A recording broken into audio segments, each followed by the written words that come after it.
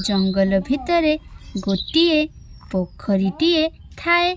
आउ सेही पोखरी को जंगल रे अनेक पशु पक्षी पानी पीवाकू आसंती। ठीक सेही पोखरी पाखरे थाए गोटिए झंकालिया बर गछ। सेही गछ मूଳରେ बिलुआटिए रुहे। बिलुआटी भारी अलसुआ। से निजे शिकार न करी अन्यर शिकार खाइबारे तार अभ्यास हो जाइथिला।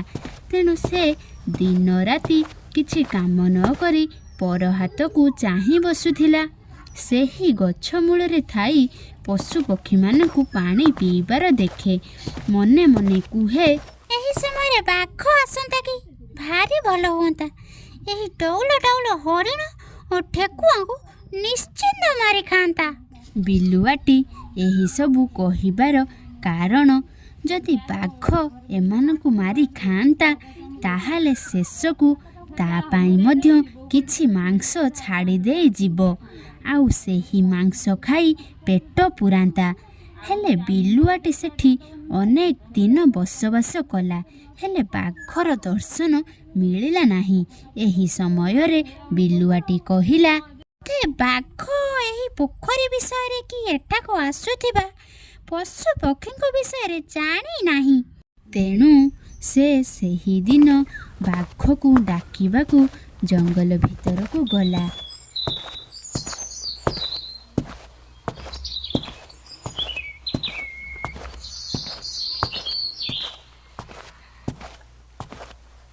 गुंफा भितरे रही महाबल बाघ। बिलुआ गुंफा भीतर को जाई देखिला गुंफा भितरे बाघ शोईछि। नमस्कार महाराज। कौन हेइछि तोर? महाराज मु आपनकु गोटिए खुशी खबर देबाकू आसीछि। जदि आपण आज्ञा देबे ताहाले कहिबी। हौ कह बिलुआ, तू आजी कौन मो पाई खुशी खबर नहीं आसीछु? महाराज आपण बोधे जानी नाहंती एही जंगल रे गोटिए पोखरी अछि। आउ सेही पोखरी को प्रत्येक दिन अनेक जीव जंतु पानी पीवाकू आसुचंती।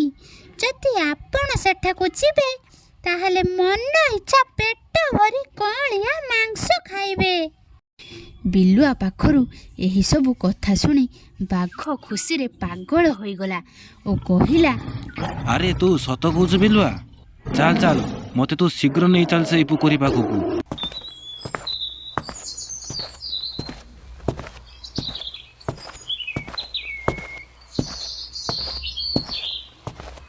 तापरे बिलुआ ओ बाघ उभये से पोखरी पाखरे पहुँचिले। बिलुआ कहिला, आपण ए गछ पछरे लुचि जातु, देखिबे केते जीवजंतु आसुचंती। तापरे आपणकर जहा इच्छा मन भरी खाइबे। ठीक सेही दिन ठारू बाघ सेही गछ पछपटे लुचि रहे। निज पसंदर शिकार आसिले से ताकू मारी खाए।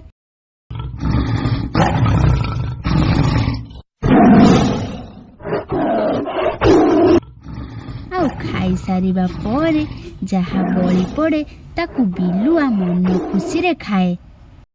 एमिति किछि दिन चलिला।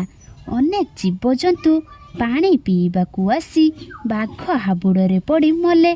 धीरे धीरे एही कथा जंगल सारा व्यापी गला। तापरे सेही पोखरी कूल को पानी पीवाकू आउ केही आसिले नाही।